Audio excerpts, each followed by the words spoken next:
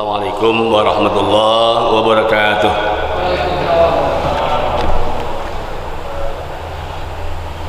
Bismillah, walhamdulillah, wassalatu wassalamu ala rasulillah Sayyidina Muhammad ibn Abdullah wa ala alihi wa sahbihi wa mawala ma ba'du. Rabbi israh li sadri wa yassir li amri wa hlul 'uqdatam min lisani yafqahu qawli waj'al li waziran min ahli. Allahumma alhimna ilman naf'ahu bi awamiraka wa nawahiyaka warzuqna fahman na'lamu bihi kaifa nunajika ya arhamar rahimin. Walhamdulillah. Kita lanjutkan pembahasan tafsir maudhu'i dan hari ini insyaallah akan membahas surat Al-Maidah ayat 8. Surah judulnya kewajiban berbuat adil atau perintah berbuat adil. Jadi itu diambil dari kalimat i'dilu bil amal. Adil itu wan usyafi mahali, menempatkan sesuatu pada porsinya, pada tempatnya. Kebalikan adil adalah zalim, wan usyafi ghairi mahali. Zalim itu menempatkan sesuatu bukan pada tempatnya. Contohnya kalau kita naruh peci di dengkul itu zalim, sebab biasanya peci di kepala, atau naruh sendal di kepala itu zalim. Yang adil itu peci di kepala, sendal di kaki. Nah ini judulnya tadi i'dilu, berbuat atau perintah untuk berbuat adil. Kalimat-kalimat yang harus diperhatikan oleh kita yaitu pertama qawamin. Qawamin itu hendaklah membela kebenaran, menegakkan keadilan. Itu qawamin. Qawamin itu tegak lurus, tidak mengkok, tidak menyimpang. Jadi qawamin diterjemahkan tadi hendaklah berbuat atau menegakkan kebenaran, tapi sebenarnya menegakkan keadilan, membela kebenaran. Itu yang pertama. Kemudian yang harus dibahas juga oleh kita adalah kalimat syuhada bil qisti. Ketika jadi saksi harus adil. Kemudian yang ketiga sana'anu qaumin, kebencian terhadap satu bangsa, satu kaum atau kepada oposisi itu tidak boleh kita tidak adil. Kepada musuh sana qaumin itu tidak boleh tidak adil. Artinya kepada musuh sekalipun harus berbuat adil. Itu yang ketiga. Yang keempat harus kita bahas tentang khabirun. Khabirun bima artinya Allah Maha mengetahui kepada suatu keputusan. Keputusan itu yang dilakukan biasanya oleh hakim setelah proses penangkapan polisi, diproses oleh jaksa dan dikuatkan oleh saksi. Kemudian ada sebuah keputusan. Jadi keputusan itu final dari proses sebuah keadilan itu atau peradilan. Tanpa mungkin ada proses tadi ya yang memberitahu yaitu polisi, juga tidak mungkin bisa diadili tanpa harus ada yang membuat tuntutannya yaitu jaksa, dan kemudian diperkuat apakah salah atau benar orang itu harus saksi. Nah, kemudian baru diputuskan. Jadi saksi itu sebenarnya yang menentukan salah tidaknya seseorang, baik dalam mencuri atau berbuat zina atau hal-hal lain yang dituduh dia atau orang itu berbuat salah, itu harus ada saksi. Yang ini surah Al-Maidah ayat 8 terkenal tentang perintah berbuat adil. Baik, kita rinci satu persatu. Ya, kalau kita lihat ayatnya ya ayyuhalladzina amanu kunu qawwamin lillah syuhada bil qisti, itu syuhada jadi badal tadi, bahwa perintah dari Allah kepada orang beriman hendaklah menegakkan keadilan, membela kebenaran lillahi ta'ala. Jadi harus lillahi ta'ala, karena Allah. Apalagi tadi syuhada bil qisti ini jadi badal. Yang lillahi ta'ala itu terutama yaitu saksi. Saksi harus lillahi ta'ala. Dalam tafsir Ibnu Katsir la li ajlin nas. Saksi itu tidak boleh karena ada perintah dari orang atau karena ada perintah dari atasan atau karena membela atasan sehingga bisa menjadi saksi, tidak boleh. Saksi itu harus lillahi ta'ala. Karena kalau saksi ada intervensi dari yang lain, maka kemudian sebut syahadatuz zur, saksinya palsu, dan itu termasuk dosa besar, memikul beban derita dari semua orang yang dia kalahkan. Tapi kalau tadi saksi adil, maka dia juga memikul pahala seberat kebaikan yang dilakukan oleh orang yang diduga salah. Sebab dengan dia diduga salah padahal benar, maka sebenarnya kebenaran itu milik orang yang tadi diduga, sehingga pahalanya juga diberikan kepada saksi. Jadi kalimat syuhada bil qisti itu jadi badal dari kalimat kunu qawamin, artinya penetapan sebuah hukum sangat tergantung kepada saksi dan sangat ditentukan oleh seorang saksi. Nah, karena itu tadi saksi harus lillahi ta'ala, tidak boleh ada saksi tidak lillahi ta'ala. Sebab dulu ada berita dan ada cerita bahwa seorang ulama ditangkap dan dihukum karena gara-gara disaksikan oleh syahadat zur, saksi palsu atau berdusta, sehingga ada dulu ulama ditangkap dan dipenjara karena gara-gara saksinya palsu, saksinya dusta. Karena itu perintah ayat ini, para saksi harus lillahi ta'ala, tidak boleh li ajlin nas, ya, tidak boleh karena intervensi orang atau dipaksa orang atau keterpaksaan karena disuruh orang. Kemudian berikutnya, wala yajrimanakum syana'anu qaumin, ini berbuat adil tidak boleh ada gilan atau dendam. Seorang yang menentukan hukum tidak boleh dendam, hasadan min andi ambusihim, sebab itu akan menentukan sebuah hukum jadi bias. Jadi kalau kebenaran itu ya siapapun harus dihukumi benar meskipun musuh. Kalau salah, siapapun yang berbuat meskipun saudara atau orang tua, ya kalau salah tetap salah. Sebab hukum itu kan sebenarnya sebab akibat hukum itu tidak bisa dipelintir. Yang namanya garam ya asin, sebab orang yang makan garam rasanya asin, ya itu memang begitu. Kalau minum gula ya manis karena harus begitu. Kalau pegang api panas, karena api itu sebab akibat, karena sebab pegang api jadi panas. Jadi kalau orang yang mengatakan garam itu manis, berarti dia sudah menjadi sebuah ketentuan hukum, atau bilang gula itu pahit. Jadi hukum itu ada di Allah atau di Quran, ada hukum yang Allah tetapkan di alam, makanya disebut ada hukum Allah di alam, oleh kita disebut hukum alam, sebab akibat. Sunnatilah sudah seperti itu, sunnatilah sudah seperti itu. Air ngalir ke bawah, kalau naik ke atas, turun ke bawah. Kalau angin bertiup, nah itu sudah sunnahnya begitu. Orang bergerak, nah itu sudah sunnatilahnya begitu. Cinta kebaikan, nah itu sudah alamnya begitu. Benci kemunkaran, nah itu sudah manusia sudah begitu, tabiat, insting dan naluri manusia seperti itu. Berprasar dan berlogika atau hayawun natik, cerdas. Kecuali orang-orang yang tidak cerdas, dia yang mengatakan gula itu pahit. Kecuali orang-orang yang tidak cerdas mengatakan garam itu manis.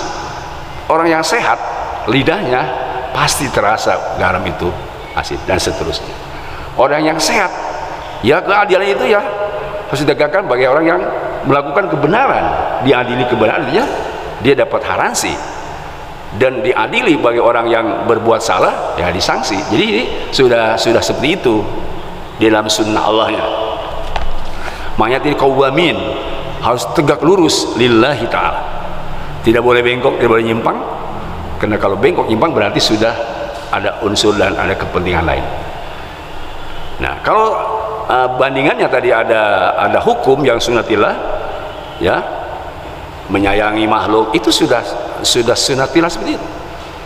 Makhluk, sesama makhluk binatang, kalau kita melihat seekor sapi melahirkan anaknya sebesar itu tapi tidak menginjak anaknya, itu sudah begitu sunnatillah. Ada rasa sayang kepada binatang.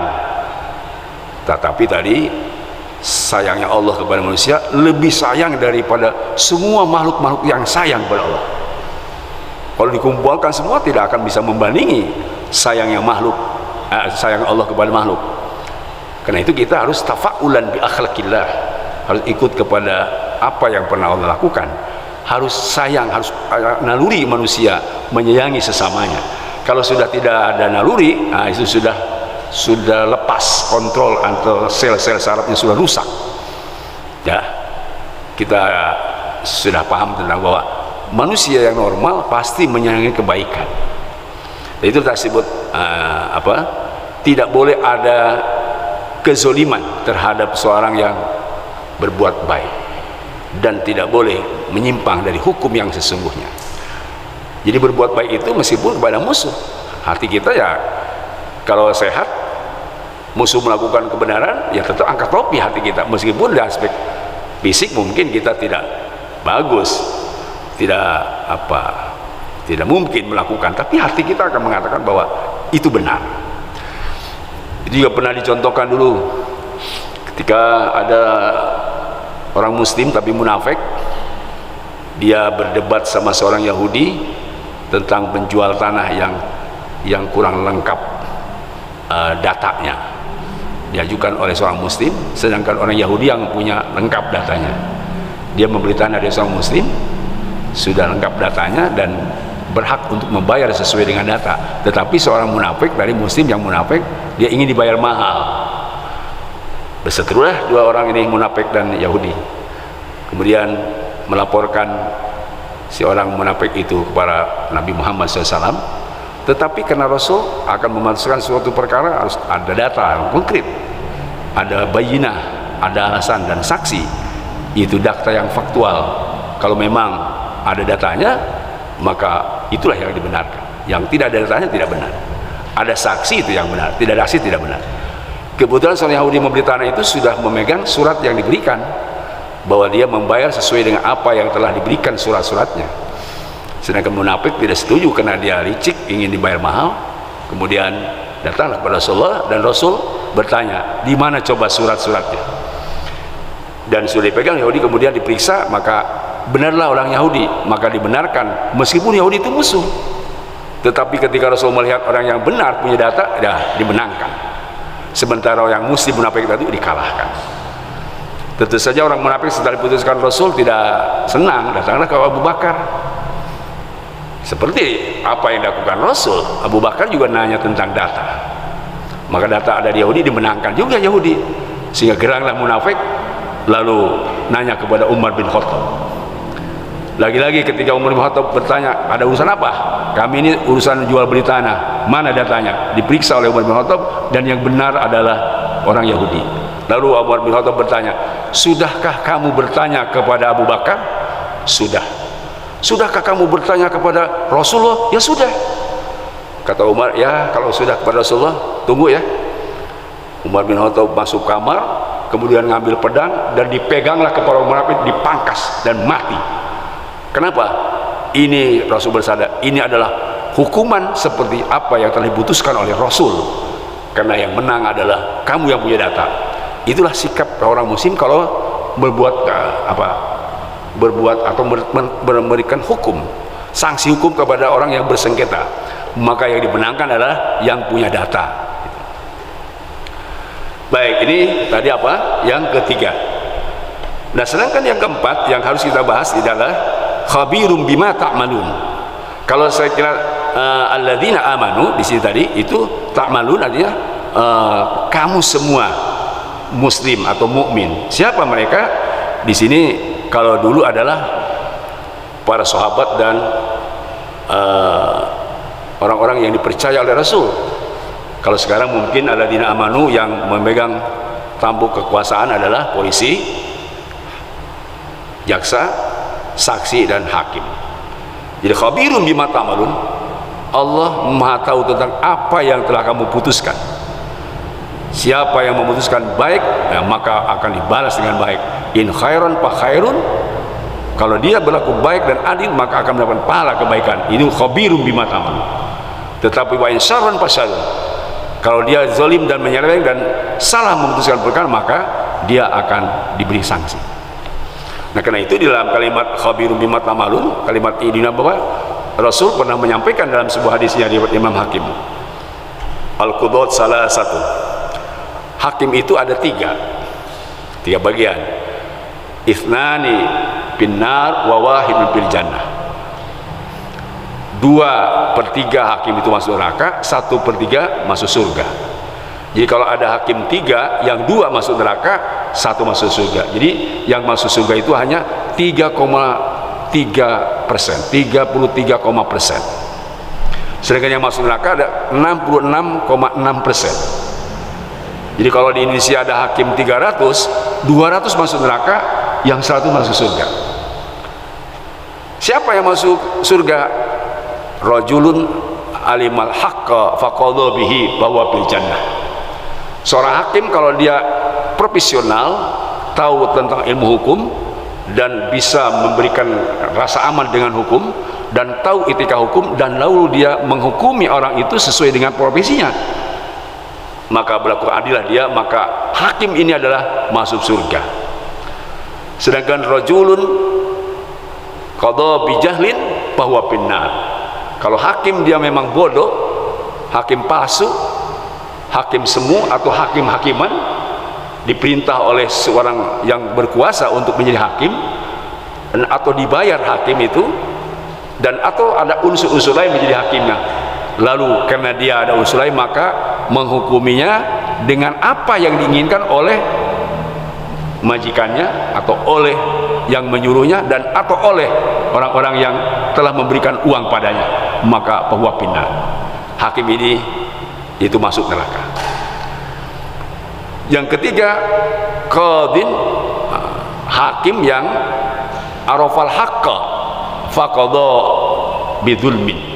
Dia tahu tentang kebenaran, dia tahu tentang ilmu hukum, etika hukum, dan dia harus memutuskan dengan benar, tetapi dia qadha bidzulmin, memutuskannya dengan kezaliman, karena ada unsur politik dan kekuasaan yang menghendaki bahwa harus disimpangkan hukum dengan yang salah, harus mengadili yang salah, tidak mengadili yang benar. Yang adil itu kan sebenarnya bisa ngasal bisa benar, tapi dia harus mengadili dengan salah karena sudah ada pesanan dari seorang yang diminta menghukumi. Maka yang ketiga ini pindah, hakim itu adalah masuk neraka. Jadi kalau kita melihat tadi hadis Imam Hakim memang agak ngeri, ya. Sebab apa? Bisa saja orang didera atau diranjam karena seorang perempuan dihukum berzina atau diputuskan berzina padahal dia tidak zina. Bisa saja seorang dipotong tangannya karena seorang hakim yang memutuskan bahwa dia pencuri padahal dia tidak pencuri, cuman ada saksi yang palsu, saksi bohong yang menyatakan bahwa dia pencuri, maka si saksi itu zur, dia saksi palsu, dan saksi palsu pasti masuk neraka, hakimnya juga masuk neraka, pengacaranya masuk neraka, dan yang menuntut tadi kepada orang yang mencuri padahal tidak mencuri karena memang tuntutannya ada hasad dan min abusin, ada dibalik dendam dalam dirinya, maka hakim, jaksa, polisi dan pengacaranya semua masuk neraka. Sebab bima ta'malun ini kan apa yang telah kamu putuskan, keputusannya tidak satu, ya, tidak satu. Hakim itu sebenarnya hanya di akhir dari pemutusan tentang adanya saksi dan adanya tuntutan tadi yang benar. Kalau tuntutan yang salah tentu ya hakim juga memutuskan salah. Dan bisa saja tiga komponen ini berkonspirasi dalam sebuah tindakan yang zalim, ya. Karena itu memang ya kita harus waspada, karena islahul ummah, kemaslahatan umum itu kan karena adilnya perkara yang ditentukan oleh para hakim. Hakim itu kan ada yang mengatakan dia adalah orang-orang yang lebih daripada seorang qori, lebih dari seorang dia yang membaca Quran, atau lebih dari seorang hafid. Bahkan seorang hakim itu kan menurut para ulama seperti Imam Suyuti itu harus hafal Al-Quran dan harus hafal 6.000 hadis bersama sanadnya, baru dia menjadi seorang hakim. Dan dia harus yakin kebenaran itu ada milik, kalau muslim hakimnya ada milik Allah Subhanahu wa ta'ala. Makanya al-hakum min rabbik, kebenaran itu dari Allah. Jadi nanti kalau sudah menjadi hakim muslim, dia sudah tidak melihat yang lain, melihatnya lillahi ta'ala. harus ditegakkan itu karena Allah Subhanahu wa taala. Tetapi kalau tadi ada unsur lain, maka ini akan lain mentahkimannya. Karena itu dalam hal tahrir hakim, maka Rasulullah pernah menyampaikan kepada para sahabat di dalam hadis Imam Ibnu Majah, "Isma'u, wahai sahabat-sahabat, dengarlah kalian, hal samitum bi anna ba'di umara, apakah kamu pernah mendengar setelah aku nanti akan ada penguasa, akan ada umara, para penguasa, man dakhala alaihim fasaddaqa bi kidbihim wa ana ala durmihim falaysa minni wa laysa minhu wa laysa biwadin ala khawdi fil jannah ala bahdi fil yaumil qiyamah." Kalau ada seseorang yang masuk kepada penguasa lalu dia membenarkan kebohongannya, wa ana ala durmihim, orang itu juga menolong kedolimannya, falaysa minni, dia bukan umatku, wa lastu minhu, dan aku tidak akan mengaku umat aku, walaysa biwadin ala haudhi fi yaumil qiyamah, dan dia tidak akan minum telaga Kausar nanti di hari kiamat. Padahal haud itu, telaga Kausar itu yang menyelamatkan manusia dari dahka di mahsyar dan mauqif, dan tidak merasa panas. Berjubel orang minum haud dari Rasulullah karena teriknya panas pada alam mahsyar dan di mauqif. Tetapi bagi orang yang mengakui kezaliman, menolong kezaliman, dan membenarkan kedustaan para penguasa, mereka atau rakyat seperti itu, siapa saja orangnya, tidak akan mendapatkan haud dan tidak akan diaku sebagai umat Nabi besar Muhammad sallallahu alaihi wasallam. Itu aspek dari rakyat yang tadi mendukung kekuasaan atau penguasa zalim, atau membenarkan kedustaan para penguasa. Bagi para penguasanya ya tentu hadisnya beda. Padahal di dalam hadis yang sahih itu lewat Imam Hakim, innallaha ma'al qadha, innallaha ma'al qadha, bahwa Allah bersama para hakim.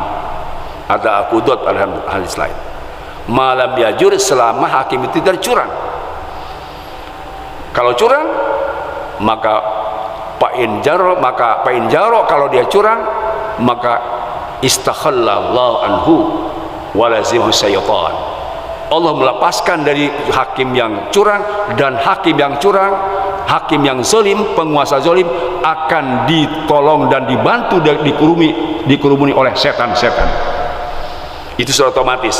Begitu dia berbuat curang dalam menentukan hukum, maka dikerumuni oleh setan-setan yang menggoda dia supaya terjerumus ke api neraka. Itu bagi sanksi bagi seorang hakim.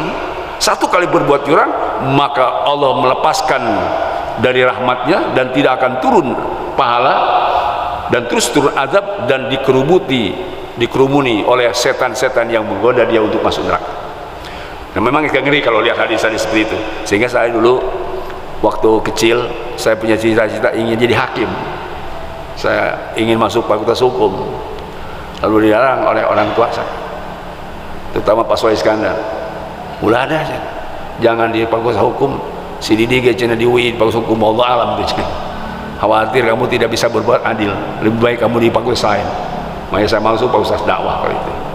Sebab apa? Bukan apa-apa kata Pak Soleh, bukan tidak kabita tidak senang kepada pahalanya, risikonya berat.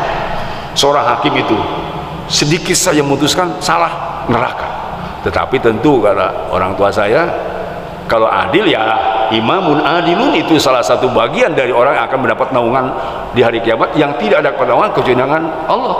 Salah satunya yang disebut pertama adalah imamun adilun, hakim yang adil. Ya, hakim adil itu kan disebutnya imam di situ, artinya ada unsur politis, ada ketentuan yang bisa juga berubah karena ada imam yang menghendaki berbuat zalim. Maka kalau pemimpin di atasnya ingin berbuat zalim, otomatis dia ikut. Makanya ada istilah kezaliman sistematis. Ini kezaliman sistematis itu artinya sudah direkayasa dan sudah dibuat sebuah aturan untuk supaya orang itu kalah. Ini namanya sistematis. Ini kompilasi tentang sistematis ini sudah disebutkan dalam hadis Nabi Muhammad SAW. Rasul bersabda, sayati ala ummati zamanun, akan datang kepada umatku satu zaman, salatinuhum kal asad para penguasa kelas kakapnya, kelas tingginya seperti harimau, wa huzara'uhum kadhi'ab, sedangkan para menterinya seperti serigala, wa qudatuhum kalkilab, sedangkan hakimnya itu bermental anjing. Itu sudah disebut Rasul. Wasailun nas ka agnam, sedangkan rakyat pada saat itu seperti kambing. Rasul sampaikan, kaifa ya'isul agnam fil abwal asad, apakah bisa kambing itu memakan rumput dan aman sentosa yang dan dia sejahtera kalau dikembalakan oleh serigala dan harimau? Tentu saja tidak bisa. Kambing itu bisa makan dengan sejahtera kalau ada harimau dan ada serigala. Sehingga Imam Ghazali dalam Ihya Ulumuddin mengatakan wa ra'isatu yahmudi mu'adha fa kaifa idza ra'at hadiab wa ra'isatu yahmidi mu'adha. Pengembala itu tujuan pokoknya supaya menjaga kambing jangan dimakan serigala. Pakai Pak Idaro atau Sadiab. Sekarang bayangkan bagaimana kalau pengembalanya sudah serigala, habislah semua dimakan oleh serigala-serigala. Itulah yang dikhawatirkan oleh kita. Sebetulnya kita khawatir dikembalakan atau mengembala kita berjiwa serigala atau berjiwa anjing-anjing. Sebab anjing itu kan bagaimana yang membawa daging. Kalau ada tamu yang membawa daging, ya nurut saja anjing itu, ya, meskipun tamu yang membawa anjingnya dari Tiongkok misalnya. Tapi kalau tamu tidak membawa daging, meskipun tamunya pakai jubah putih dari Arab, tentu saja dia gonggong, namanya anjing. Jadi begitulah, kalau sudah hakim seperti karakternya anjing, bahaya negeri kita. Kalau ada tema ya, tapi mudah-mudahan tidak ada hakim-hakim sebenarnya. Sebab ini berbahaya. Warung Isa terjang di pengembala itu tadi supaya menjaga serigala dan harimau tidak makan kambing. Kalau sekarang dikembalakannya oleh serigala, kita habis semua. Makanya kita juga sering mendengar nasihat. Saya pernah dulu mendengar ketika ada seorang membaca sebuah syair, ya ma'syarul qura, ya milhal bilad, wahai para ulama, wahai para du'ama, wahai para pejabat, mu'alim, ustadz, kiai, wahai para garamnya negeri, garamnya negara, pakai payasul bilad idamilul pasad. Apakah bisa negara itu aman sentosa kalau garamnya sudah rusak? Tentu saja dijawab oleh, apabila garam sudah rusak lalu tidak akan menjedapkan makanan. Sama apabila penguasanya rusak, ulamanya rusak, hakimnya rusak, negara hancur berantakan. Ini saya kira yang dikhawatirkan oleh kita. Nah, kalau terjadi, bagaimana kalau di suatu negara terjadi tadi kita sudah beritahu tetap berbuat zalim, maka kembali kepada Al-Quran surat Al-Baqarah ayat terakhir, fa in tawallau faqul hasbiyallahu la ilaha illa huwa alaihi tawakkaltu wa huwa rabbul arsyil azim. Fa in tawalau, kalau mereka berpaling dari kebenaran, tidak mau berbuat adil, malah terus berbuat zalim, maka Allah merintahkan kepada Muhammad, faqul hasbiyallah, Muhammad, baca oleh kamu, hasbiyallah, Allah cukup sebagai penolong kami, Allah cukup sebagai pelindung kami, Allah cukup sebagai pembimbing kami, la ilaha illa huwa, tiada Tuhan kecuali Dia Allah, alaihi tawakkaltu, saya serahkan semua, tawakal hanya kepada Allah, wa huwa rabbul arsyil azim, sebab Allah pengurus aras yang besar. Urus saja aras saja diurus oleh Allah yang besar, apalagi dunia yang kecil ini. Kalau Allah akan menghakimi nanti di pengadilan akhirat, alisallahu bi ahkamil hakimin, bukankah Allah hakim yang paling adil? Kalau memang mereka berbuat zalim, serahkan saja, mari kita berpisah dan bertemu di pengadilan akhirat. Harus begitu, itu yang benar. Tidak boleh dibiarkan, sebab mereka berbuat zalim, tantang sama kita, silakan berbuat zalim, mari kita bertemu di pengadilan yang sejati, yaitu di akhirat kelak. Ini alisallahu biahkam hakimin. Kalau memang tadi mereka tidak mau berbuat adil, maka hasbiyallahu la ilaha illahu alaihi tawakkaltu wa huwa rabbul arsyil azim. Hadirin rahimakumullah, itulah kira-kira pengertian dari apa yang tercantum pada surat Al-Maidah ayat ke-8. Mudah-mudahan kita bisa paham tentang ayat ini, sehingga solusi yang terbaik bagi kita adalah bagaimana kita membuat kaderisasi, cara pengkaderan anak-anak kita, cucu kita, dan saudara teman kita, tetangga kita, untuk tadi menjadi manusia yang takut sama Allah.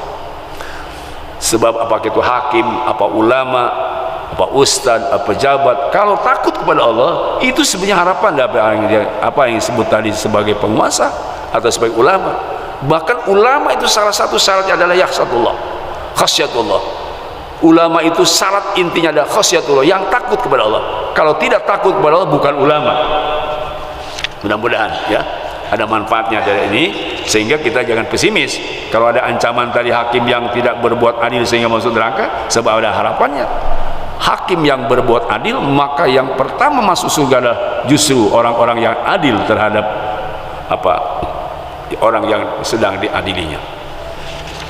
Mudah-mudahan Allah memberikan taufik hidayah kepada kita semua.